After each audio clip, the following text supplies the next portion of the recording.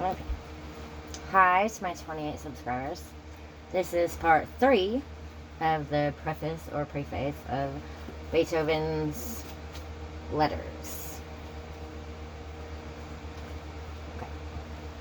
In speaking of Clive, Lord Macaulay remarked that exceptional men must not be judged by ordinary standards. And never more necessary is it to bear this in mind that when studying Beethoven's character, he was a perfectly sincere man. His moods were not assumed but genuine, and in judging any of his statements, one has to consider under what circumstances they were made.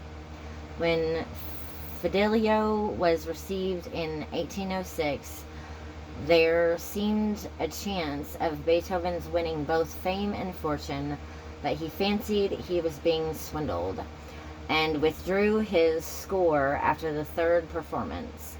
Then for Schindler, who was Beethoven's Boswell, at one time no words could express Beethoven's contempt for him, but we find this was only a momentary explosion of anger. The clouds rolled by, and friendship was restored. Letters to Mescal and Nanette Streicher offer substantial proof that Beethoven did not know himself. For more than once in his letters, he declares that he disliked giving trouble to other people.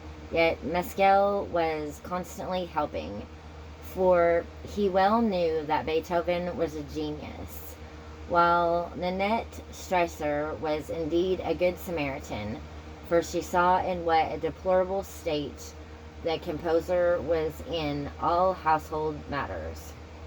The letters to Mescal, when Beethoven wanted fresh quills or a looking glass or a hat changed on an account of a slit in it, are at any rate most amusing, whereas those to Streicher are one long germade about servants, dusters, tin spoons, scissors, neckties, stays, etc.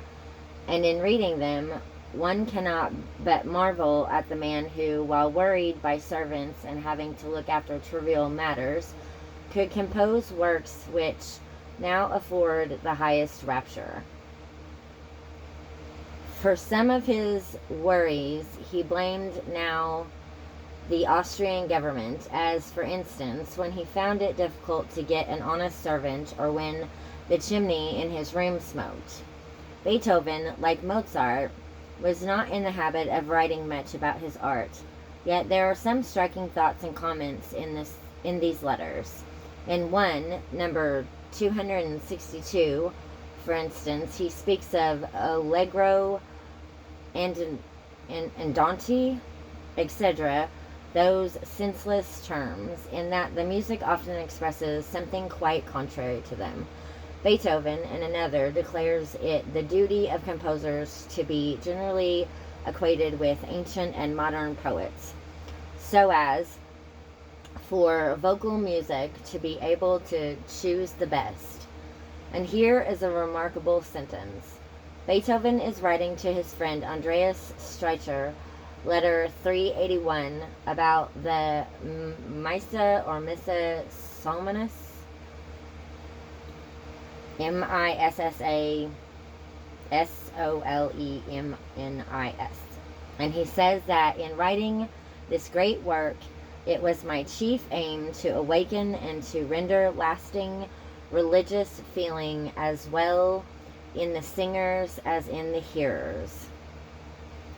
In similar spirit, Handel, speaking of the Messiah, said, I should be sorry if I only entertained them, i.e. the audience. I wish to make them better. And one more specimen referring to the redundant bars in the Scherzo of the C minor symphony. You, Breitkopf and Hartel, will receive tomorrow a list of small improvements which I made during the performance of the symphonies. When I gave them to you, I had not heard a note of either. One must not pretend to be so divine as not to make improvements here and there in one's creations. And once again, in a letter to the Archduke Rudolph, referring to the bad state of his health, he regrets that for only a few hours in one day can I give myself up to heaven's noblest gift, my art, and to the muses. The references to great composers are most interesting. Our composer's veneration for Bach and Handel was great. Of the ancients, indeed, he declared in a letter to the Archduke Rudolph that they alone possessed genius. He made early acquaintance with Bach's clavier music, for before he was 12 years of age, his teacher, Neff, sent a notice to Kremer's magazine about his talented pupil who played the greater part of Bach's well-tempered clavier. Then there is the letter number 29 to Hofmeister, in which Beethoven speaks of the high art of Bach, the forefather of harmony, and one to Breitkopf and Hartel, 8 April 1803, in which he thanks them for the beautiful things of Bach, which I intend to keep and study. A reference to the Mass in B minor deserves particular note. It occurs in a letter to Breitkopf and Hartel, number 107, in which he asks for all the works of Carl P.H.E.M.